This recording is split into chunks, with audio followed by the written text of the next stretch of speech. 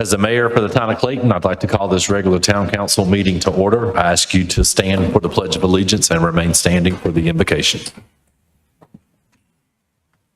I pledge allegiance to the flag of the United States of America and to the republic for which it stands, one nation, under God, indivisible, with liberty and justice for all. Let us pray. Most gracious and heavenly Father, we thank you for the many blessings of this day. And we ask, Lord, now that you be with us as we proceed with the business for the town of Clayton. For it's in Jesus' name we pray. Amen.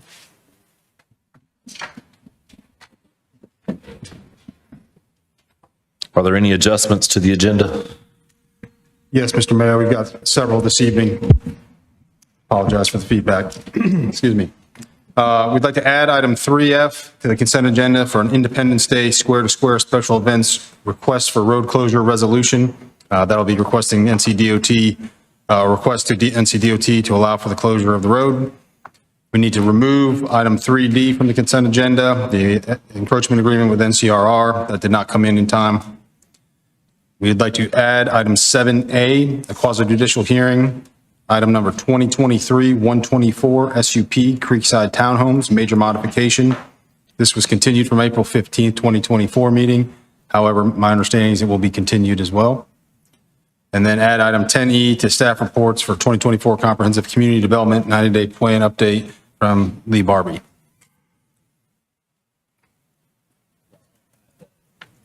All right, I have that noted. I'll entertain a motion to approve the agenda. Motion. Second. All in favor say aye. Aye. Opposed? Motion carries. Up next is your consent agenda. Motion to approve.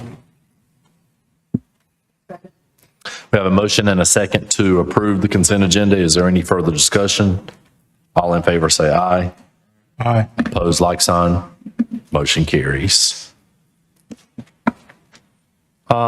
Next is administrative items, beginning with Clayton for you.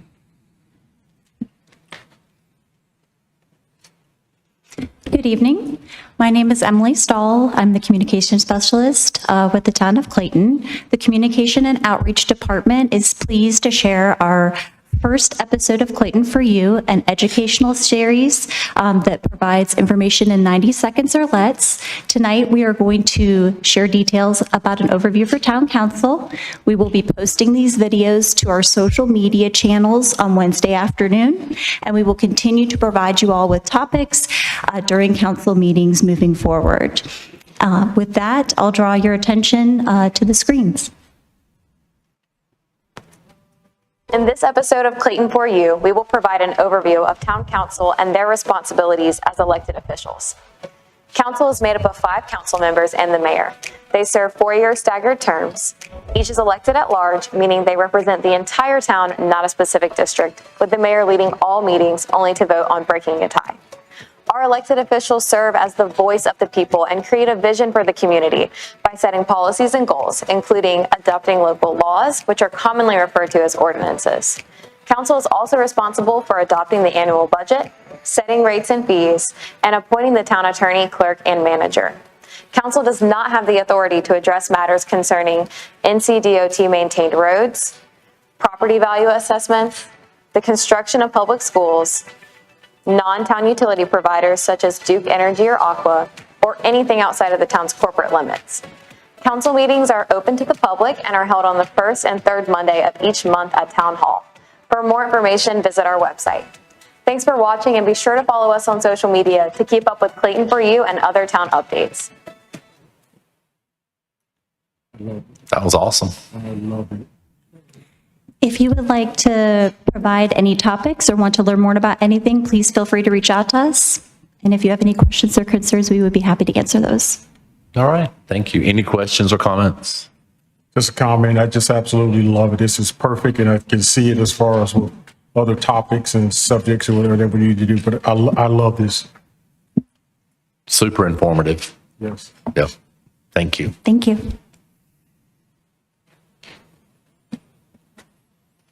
Up next under quasi-judicial hearing is the 2023-124 SUP Creekside Towns major modification.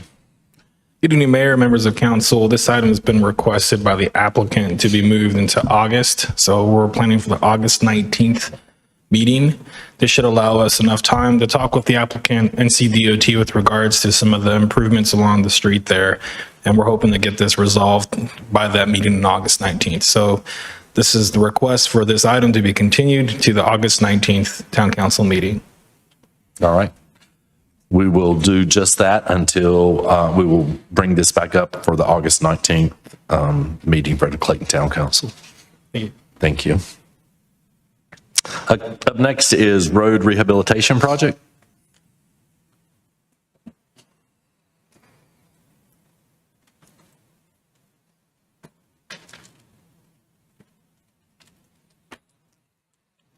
Good evening. We recently advertised for bid our current resurfacing map. We opened those bids on May the 23rd. We had 7 highly competitive bids entered, and the lowest was Daniels Incorporated of Garner for $3,966,718.15. And staff is recommending awarding that contract to Daniels Incorporated. So here asking for your approval to award that contract. All right. Thank you, sir. Any questions or comments? I'd like to make a motion that we adopt resolution number 2024-54.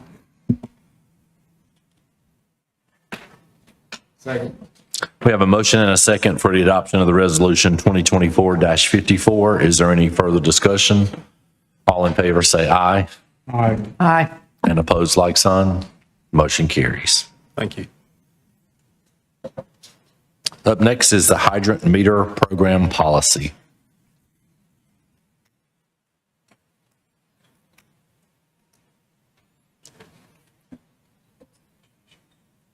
Oh, my apologies. Just for everyone in the council chamber tonight and those watching us on the social media, we are experiencing some technical difficulties this evening, and we do apologize for that. It happened just not very long ago. So we just want to let everybody know that this is not normal, but we are aware and we are working on those issues. Brandon. All right, good afternoon, Mayor and Council. We're here today with the Water Resources Department to present the hydrant meter rental program. Next slide. So sure, you're asking, what is it? The hydrant meter rental program allows individuals or businesses to rent a water meter and a backflow preventer and connect it to a fire hydrant to get potable or non-potable water in proximity to a construction site or filling swimming pools or anything like that. But as you can see from the pictures, we have lots of other municipalities local to here that also have these devices in place. Clayton is one of the few jurisdictions right now that does not allow these, and we have seen a growing need for these for the last 4 or 5 years. And so we're here today to present the hydrant meter rental policy and ask for its adoption at the end of the presentation. So basically, as I said, the hydrant meter rental program is a program for businesses particularly to rent a hydrant meter. I know we all have seen all the new construction sites that have constant traffic in and out of the sites. Along with all that traffic and the red clay that Clayton's known for, we have lots of needs to clean the roads and keep all the sediment out of the storm drains and things of that nature. So as we can see, our largest bulk water user at this time is River Wild Construction. They use the bulk water filling station at the operations center approximately 15 to 20 times a month. So they're making regular trips across town to use this bulk water filling station. So we are trying to help the businesses and others by allowing us to rent these meters and put them in locations where it's more convenient for the user. Next slide. Why do we want to use these hydrant meters? First of all, it's preservation of the public water supply. Fire fire hydrant meters help regulate, control, and use the public water supply and prevent overuse or misuse. Regulatory compliance is also big. My responsibilities with the town are backflow and cross connection. So water hoses, fire hoses, anything connect to a water source has the potential for backflow issues. With these devices we're renting now, the trucks will have air gaps and we'll have backflow preventers in place in the event of emergency. There is safety precautions in place as we use these. Another reason why is accurate billing. Currently, we do not have any means to track any water usage from a hydrant. The hydrants are all over the town, so we can't keep eyes on them all the time. So if we allow customers who would like to use these devices opportunities to use them at their location, we feel that we could bill and actually end up making some money from the rental of these devices. And then ultimately for the user, it satisfies the temporary water need. We're putting these hydrants on town-approved sites, town-approved lines in close proximity to the construction site or wherever they would request to have it placed.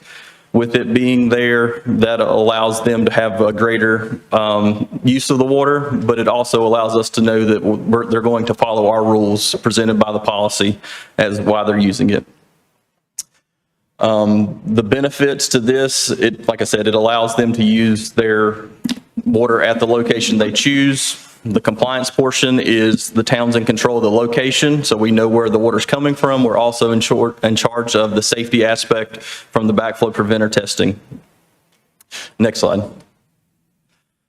This is general terms. We have a lot on the screen here, but just first and foremost, the town will have ownership of all the devices. So as they're rented, the town will maintain ownership of these devices. They will be charged a fee, and over the course of time, once they're done with their rental process, the product comes back to the town. Testing and certification, the town will be responsible for testing the meters and the backflow preventers. We have a schedule set for the testing of the meters so that we can ensure safety to the water system. Installation also is a big part of this. The town will be installing these devices for the customer, and that way the customers are not attaching anything to our fire hydrant and potentially damage the fire hydrant or causing water hammer to damage any water lines. Operation. The customer will have a gate valve that will be outside of the protective box where they can turn on and off the water as needed. So this will be the only permittable use by the customer or applicant to control the water system. Billing, town staff will bill these on a manual read basis. We decided that since this is a new program, we will do manual reads for the first year and just to see if the feasibility of the program. And then once we do that, we may incorporate the AMI automatic reading meters into the system. And then as far as termination goes, the town may terminate the usage at any point subject to town's discretion. In the event these requirements are not met and the use is terminated, the town reserves the right to remove the assembly and hold the applicant's deposit. Next slide. The proposed rental process, once again, it's a long process, but ultimately contractors, individuals, whoever wants to rent the devices will get in touch with our customer service, utilities and billing team. They will do a request. The utilities and billing team will use our CityWorks system for our work order management. They will send us a request to Water Resources. We'll verify the hydrant location, approve the location, send it back to utilities and billing. Will handle all the fees, deposits, and other things associated with this process. Next slide. At the end of the rental term, the applicant will have to put in a written request to have the device removed. At that time, operations staff will go and read the final meter reading. They will remove the device, send the information through the work order back to the utilities and billing. They will run the final bill, and once everything's approved and in working order, within 30 days, the town should send the deposit back to the applicant. Next slide. Initial equipment and startup. I mean, these are pretty simple devices, but they are slightly costly. The fire hose, the water meter, the backflow preventer, the protective box, and the miscellaneous fittings to connect everything together is going to be between $4,000 and $4,500 per unit. We are proposing to start with 5 units for our first initial year to see how the project goes, and hopefully, if everything goes well, we'll expand and have more devices in service. Next slide. Rates and fees, these are all the rates and fees that we've already proposed, and they have been approved in the previous 2025 fiscal year budget. Next slide. The implementation schedule is we had meetings and discussions with other municipalities, and specifically Holly Springs, because we've tried to mirror their hydrant rental process as much as possible. They're in similar size, they're in smaller town, but they're growing, so we felt they had the best options to choose from. On May 6th, we met with the executive team to present to them to get approval to get before you tonight. June 3rd is obviously the council meeting tonight where we're asking for approval. And then hopefully with the approval, by the end of the month, we'll start building the assemblies. Everything appears to be in stock, and we should just place an order and we can have things here for a go live date of July 1st. Next slide.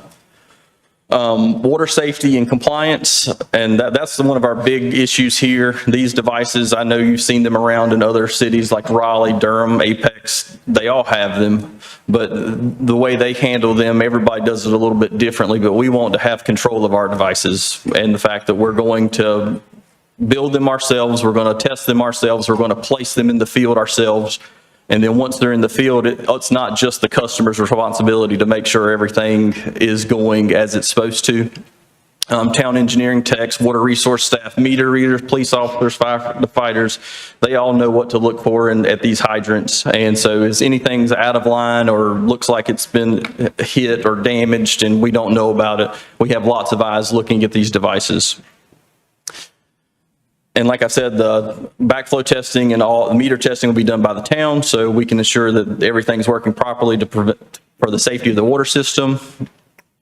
And lastly, it encourages users to use the water responsibly. Water theft is a major issue throughout the United States. Nighttime, hidden corners, people hook up to fire hydrants all the time. And then when they have hooked up, we don't know about it, the water's stolen, and then something major were to happen to the water system, it's just not protected.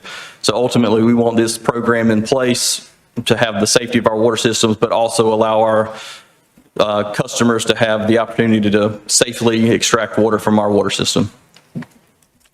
So with that, I would like to ask if y'all have any questions. Mr. Casey. Thanks, Brandon. I appreciate this, and I see it's a good opportunity as a revenue generator that benefits the community. I guess deciding to go for 5, I just wanted to know, like, what's the thought process to choose 5 to start with? And Our process was to choose 5 was to start small, because the initial investment's going to be anywhere between $20,000 and $25,000. And if the program were unsuccessful, we feel like that wouldn't be the just use of the taxpayers' funds. So with 5, with the 5 that we have chosen, if we get 12 months of rental from each one of the 5, we would nearly cover the cost just from the rental fees of the 5 devices. So with the water usage, we would be able to profit more than likely in the first year of use. okay, thank you. I have no other questions. All right. Mr. Sims. I'd like to make a motion that we adopt Resolution 2024-55. Second. We have a motion and a second for the adoption of Resolution 2024-55. Is there any other questions or comments? All in favor, say aye. Aye. Opposed, like sign. Motion carries. All right, up next is the lead and copper rule update. All right, next slide. We're getting our money's worth out of you tonight. That's right. So we've been in front of council before to talk about lead and copper. When we first come to council, it was a big deal. Seemed pretty scary, a big task for the town to undertake. And so I just wanted to give you an update since we're approximately 9 months into the process and then closing on our October deadline of where we stand. Next slide. So as you can see, we're still in the materials inventory stage.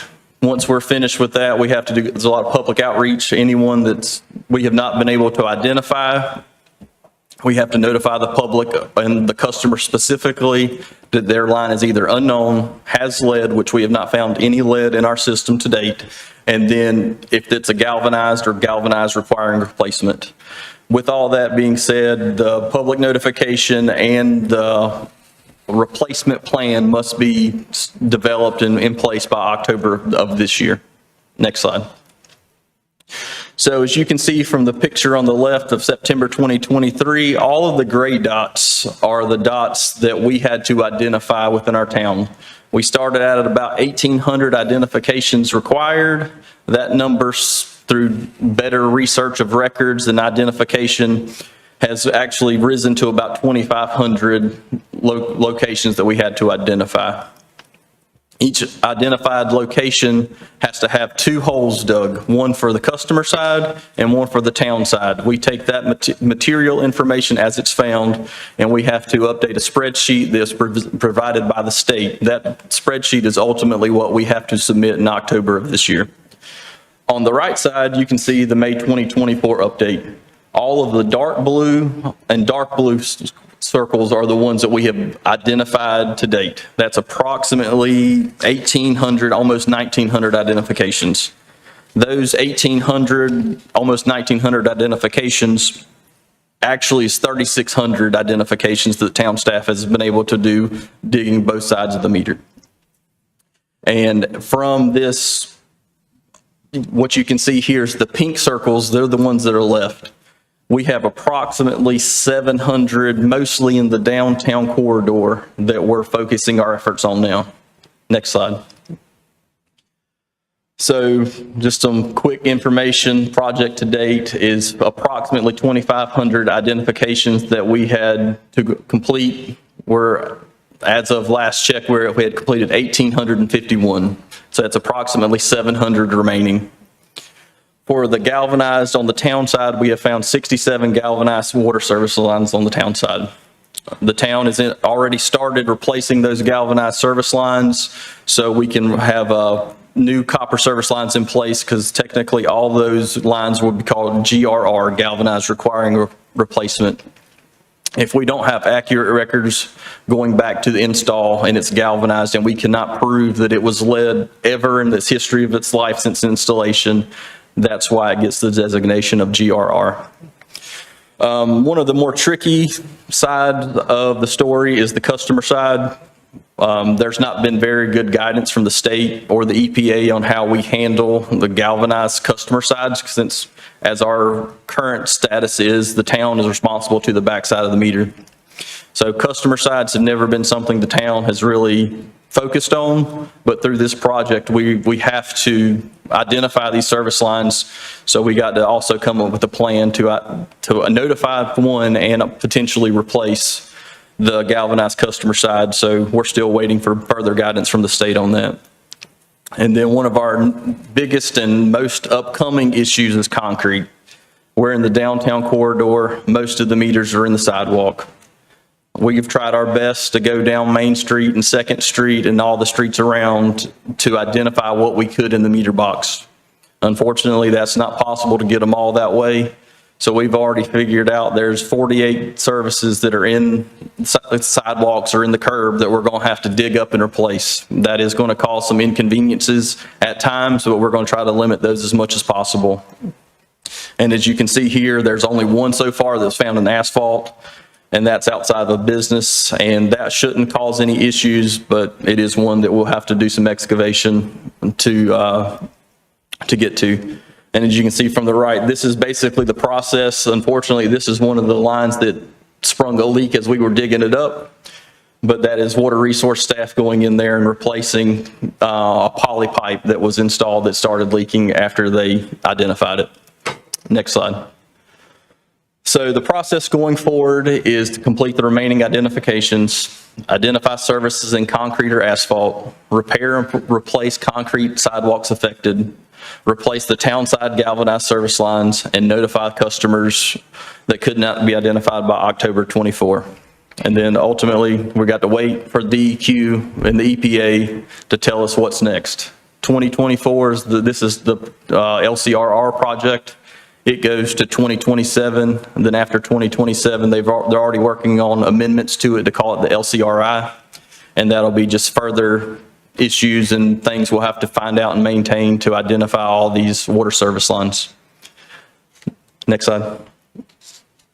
So, and that is all of the lead and copper. Do y'all have any questions on the lead and copper update? Mr. Casey? Sorry, Brad, I have one other question. So this is an EPA guideline program, correct? So they obviously have a process and documentation process on how this is supposed to go, correct? Correct. Okay. And there's information on that if they want to look at that online. I know we have some literature too that we're handing out. Yes, we regarding have. that. Oh, sorry. No, go ahead. Yeah, we have, for all our excavations, we have a door hanger and a magnet that we attach to every door that we go to. It tells what the process is, briefly summarizes what we're going to do. We have all this information on our website. We did have some videos for customer self-evaluations, and there's links to the EPA and state website as well, where you can find more information. Perfect, thank you. And I just want to say one other comment. Unlike my yard, my neighbor has a very well-maintained and landscaped yard, very green and plush. And your crews came out, he was telling me the story, your crews came out and basically got a little garden shovel and very meticulously dug around, his very peculiar grass and did the inspection. And he was super impressed and thought they were very professional. So I appreciate that. And his yard still looks good and my yard still looks really bad.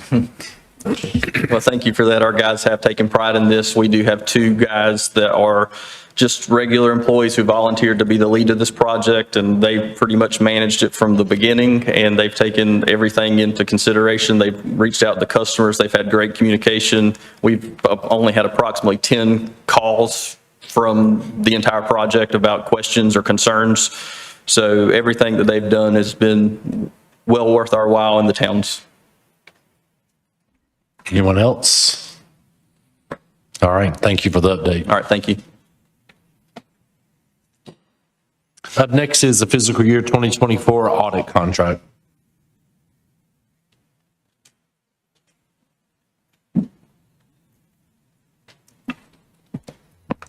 Good evening, Mayor, members of council.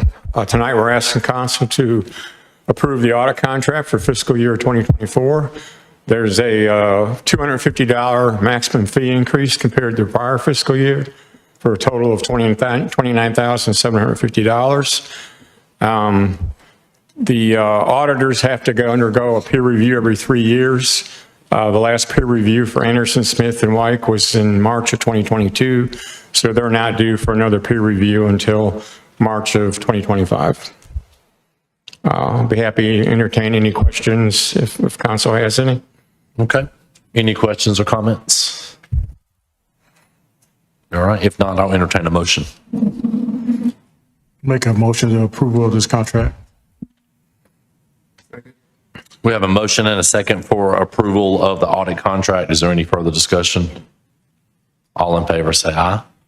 Aye. Opposed, like sign. Motion carries. Thank you. Before we move down to staff reports, can I just clarify that for the lead and copper rule update, that was just an update? Okay, just want to make sure that no action was required. All right. Now we'll jump on down to staff reports, beginning with the manager. No report this evening.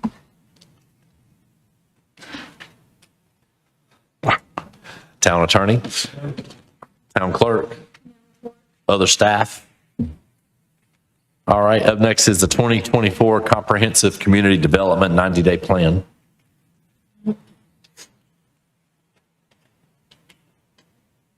Now I see why there's no town manager report. Good evening, Mayor and members of the council. So back in March, when we had a retirement, I moved over to Community Development Suite and began working out offices over there. Started a deep dive into the community development departments. So next slide, Nathaniel. In April, we met with the chamber with one of our regular stakeholder meetings. And this example is what I use for them because as I moved over there, I felt like there's arms swinging everywhere each day that I'm having to maneuver to keep from getting slapped by one of them. But during that time, I sent a letter out to the stakeholders of the community, which included developers, engineers, consultants, property owners that had been going through the development process. And we started having meetings. Michelle Snyder helped me set the meetings up. I've had individual meetings with these stakeholders, and they're actually scheduled through July at the present time. But there's some things that we found out that are common denominators in these meetings. Those themes were communications, accountability, consistency, timelines. And each of these items, we're not doing a very good job of. Haven't been for a while. So I've been digging in, trying to figure out why. And there's a lot of variables. I got a 2-page list of items, but I'm gonna give you the main items tonight that I think is highly important. Next slide, Nathaniel. So I realized when we met with the chamber for that meeting that we had like 12 vacant positions total throughout community development. Some of these positions have been vacant for quite a while.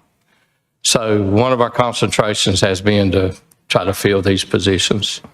Our process improvement, I've done a lot of research, a lot of hours, nighttime hours researching. Back in 2018, there was a large group of town staff that met on a regular basis to go through the process improvement program for community development. And I think there's a lot of variables that has caused some of that process improvement to get off the rails. As they come out of the plan for that process improvement, as they started preparing and making changes, we went right into COVID. And then from COVID, they had to change up the way they were doing business. And then through administration and staffing changes, and then the high volume of growth up to 24, there's a lot of variables in there. So that process improvement, we need to be reviewing and working on that. And we are doing that with the Clarity software program implementation. And that's taken a lot of staff hours throughout community development as well as administration to do that. Once we can get that kind of in place, we've got to review our standard operating procedures, probably develop new procedures and desk guides. And then from that, I come from emergency services where we do a lot of training. And that's another unique situation. When I asked about training, there's not a lot of training that's offered in our community development program, in our systems. We got a lot of softwares that the staff has to use, and there's a lot of procedures that we need training on. So that, and then the timelines, if you go back to the slide with the stakeholders, timelines and consistencies. We're good at being inconsistent in delivering message. We need to improve our consistencies. And a lot of that comes with timelines, communications, and calendars. Communications, accountability, timelines, consistency, all of that plays a part, internal and external. So that's kind of where we're at. Next slide, Nathaniel. So in conclusion, to me, the 2024 Town of Clayton Comprehensive Community Development Plan focuses on addressing both immediate and long-term needs identified through stakeholder engagement. That's internal and external. By prioritizing staffing, improving processes, regulatory compliances, requirements, digital updates, data management, we aim to enhance the operational efficiency and stakeholder satisfaction. Continuous feedback and adjustments will ensure that the plan remains dynamic and responsive to our community needs. This is not a short-term fix. I told Rich when I started this process that I felt like it would take all of 2024. I don't know that we're going to finish it in 2024. This is 90 days of investigation and communications with staff, with stakeholders, that's going to be going on throughout 2024. I'm asking, and I do this in the community, I fight the fires every day, not the ones that Chief Range is fighting now, but the community development ones. And I ask for the patient, and I think they have been very responsive in allowing us, because we're acknowledging we have these issues, but I bring it to you tonight. I felt like it was important for you to know where we're at in the 90 days, because we need your support in communicating with our development community that we can't fix this overnight, but it's our intention to fix it and to be a better team player in the community. I'll be glad to answer any questions you have. That's great. So I want to thank you, Lee, for your time and your dedication and staff's time and dedication to being open to look at this with really clear eyes. And I think it is so exciting to see what you found out and how you've moved this needle forward and your commitment to get all the way through this and come out with a better service model, a better relationship, and identifying problems on both sides. It's not just one-sided. So I commend you for all your extra hours, staff's extra hours. I know this has been a huge undertaking. Thank you. Thank you. Anyone else? I thought the octopus was a great graphic. But Dolores, you used what this morning, the hamster wheel, but to me, this octopus, I mean, Conrad and Barry, everybody has been team players in this. And they understand it like I do, it's moving all the time. Yep. So. Yep. Very good. Yes, sir. Thank you. All right. I'll now open the floor for informal discussion and public comment. Anyone wishing to speak, please step forward and state your name for the record. Good evening, Mayor and members of the council. My name is John Scarpa, and I still live at 1304 Noose Ridge Drive in Clayton. I'm a happy member of the community, and I'm happy for the opportunity to address you tonight when there's not a lot of people around, so maybe I can have just a scotch more time. One of the things that I wanted to bring to your attention was that the Vincent Road, which has been the subject of numerous applications, some were passed, some were rejected for development. And recently, I was driving down Vincent Road, and if you're familiar with Vincent Road, where it intersects Glen Laurel, if you start heading eventually south in that direction, the school will be off to your right, my community is off to the left, and then you keep going down until you come to the Neuse River. In and around that area is where the one project that I'm aware of was approved.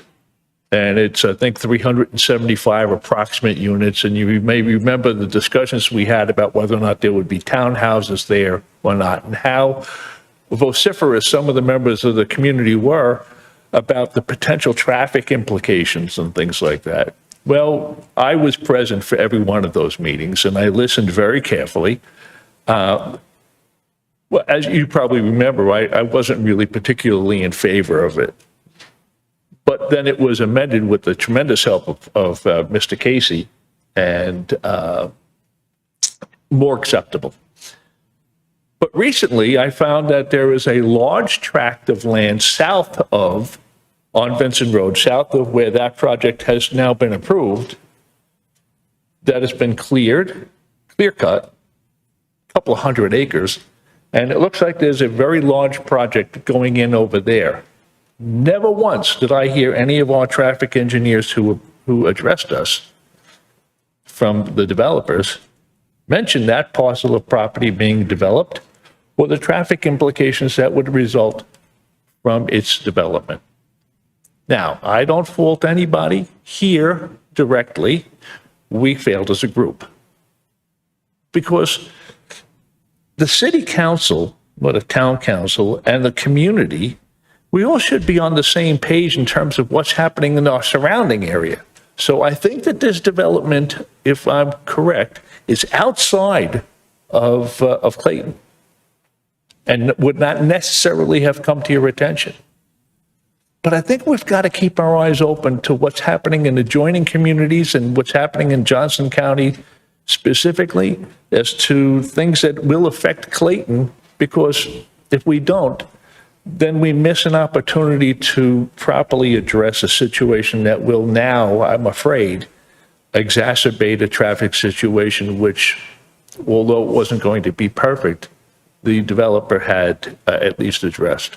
So I just wanted to bring that to your attention, and I want to tell you that, having watched you all of the time, now, I've come to know a little bit about your personalities, and I've come to know a little bit about the way you approach things, and I'm really impressed, because you don't make a lot of money, and you put a lot of work in, especially you, Mr. Mayor. Thank you. And so I want to let you know that I'm not here as an adversary.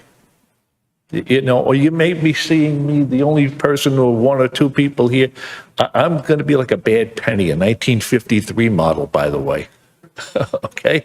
And I'll be here as long as I have the health to do that. And if I can be of any help in any way, I would like to do that.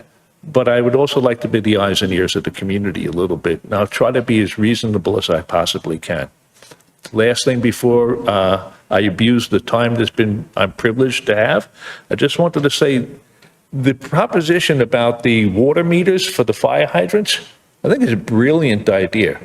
I only offer the possibility that the town council can pass a resolution addressing the rental cost, because for a contractor to pay $300 or $350 for the rental is one thing. But for the guy who's filling up his pool one time at the beginning of the season, I think that's a lot of money. And if you fill up the pool with your own, from your own faucet, well, you're also paying sewer fees too. So that's an issue. So if that could be addressed or thought about, I'd appreciate it. And I just want to, once again, God bless you all, and I appreciate the opportunity to address you. Thank you. Yeah, thank you so much. Thank you for your kind words. And so I'm guessing this was something that was approved by Johnston County that is not a part of Clayton's ETJ. And, historically, there has not been like really any communication I'm aware of between the county and the town when this kind of thing has come up. And, I do believe that the statement is spot on with that, there needs to be some communication when large subdivisions of that nature are going to be approved by the county and the impact it's going to have on a road that's impacting citizens of Clayton. So. Yeah, excuse me. I'm not aware of the specific development that you're mentioning, but we're certainly going to look into that, because I think, to your point, Mr. Mayor, collaborating with our neighboring partners, whether it be the county, Wilson's Mills, or even Orchard Lodge to the north, is going to be imperative, because all that traffic, I think, as we've discussed in previous, accumulates at some point. So I'll certainly discuss with our planning department and engineering staff to make sure that there's any way that we need to go ahead and be proactive and see if we can't push for that that collaboration. We do try to have those regular meetings with them, but I don't know that we're getting down to the individual entitlements that are happening in each community. So we'll certainly look at a way to go ahead and have those conversations. I think it would also be important to share with the county commissioners exactly what you have shared here with the Clayton Town Council.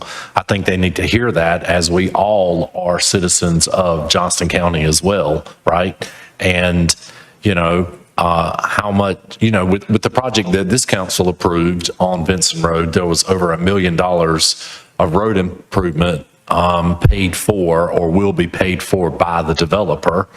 And, I'm curious to know what type of road improvements were going to have to be required by the county on something of that size, right? Because it's within the county. There are taxpayers that are impacted, Johnston County taxpayers specifically, that are impacted by that. So I think it's good for citizens like yourself to inform the county commissioners on what your thought processes are. Mr. Mayor, I appreciate your comments, and I think maybe what I'll do is I'll go to one of the Johnston County meetings and tell them that you sent a bad penny their way.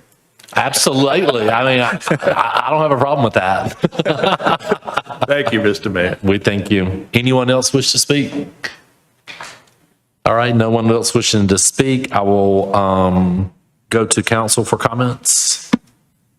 Mr. Sims.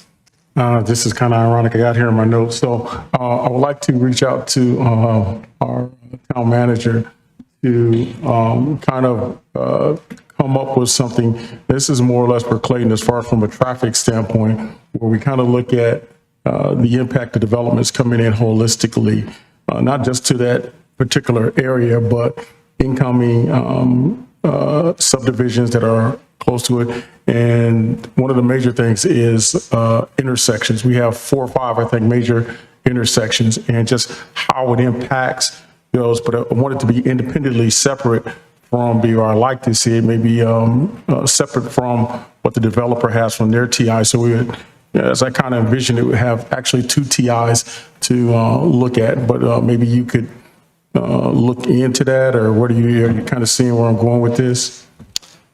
Yeah, so certainly. So I think what you're looking for more of what I'll call it regionally, but throughout from the TIAs that we do that are project by project, based on our code of ordinances, it's kind of specific as to how far out from those developments in terms of distance that is typically looked at for intersection interactions.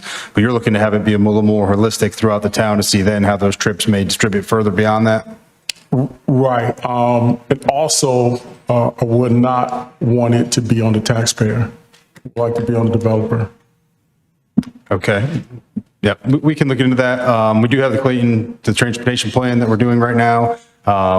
There is some modeling that is going on that is, again, more town-wide, that we could possibly look to leverage that and or talk to Campo about some of their modeling, and possibly as we bring different developments forward, also give you the results of that model as well for your consideration. So I'll get with engineering and planning staff, and we'll see if we can't come up with a plan for that. Thank you. Anyone else? All right. If not, I will entertain a motion to go. Oh, I'm sorry. That's okay. If not, I'll entertain a motion to go into closed session for discussion of purchasing real property. Motion to go in closed session. Second. All in favor, say aye. Aye. Opposed, like sign. Motion carries. Please clear the room.